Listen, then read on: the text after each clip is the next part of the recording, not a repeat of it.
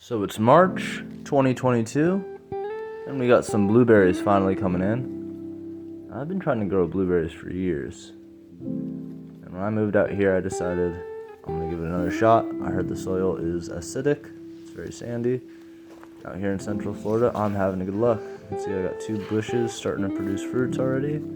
There's a 3rd bare root one I planted, and then I have 2 more over here. This is all in my garden, so I got 5 blueberry bushes in the garden so far, and I'm starting to get some flowers.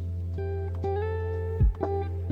beautiful flowers. To my understanding, blueberry season is very early in Florida compared to the rest of the world. See, this one isn't pushing out flowers, but it's finally pushing out new growth. Here on the other side, I got some in pots by my chickens. Now I need to move these ones. These ones are ready to be up potted. Should have done it a while ago. The flowers are just beautiful on these blueberries.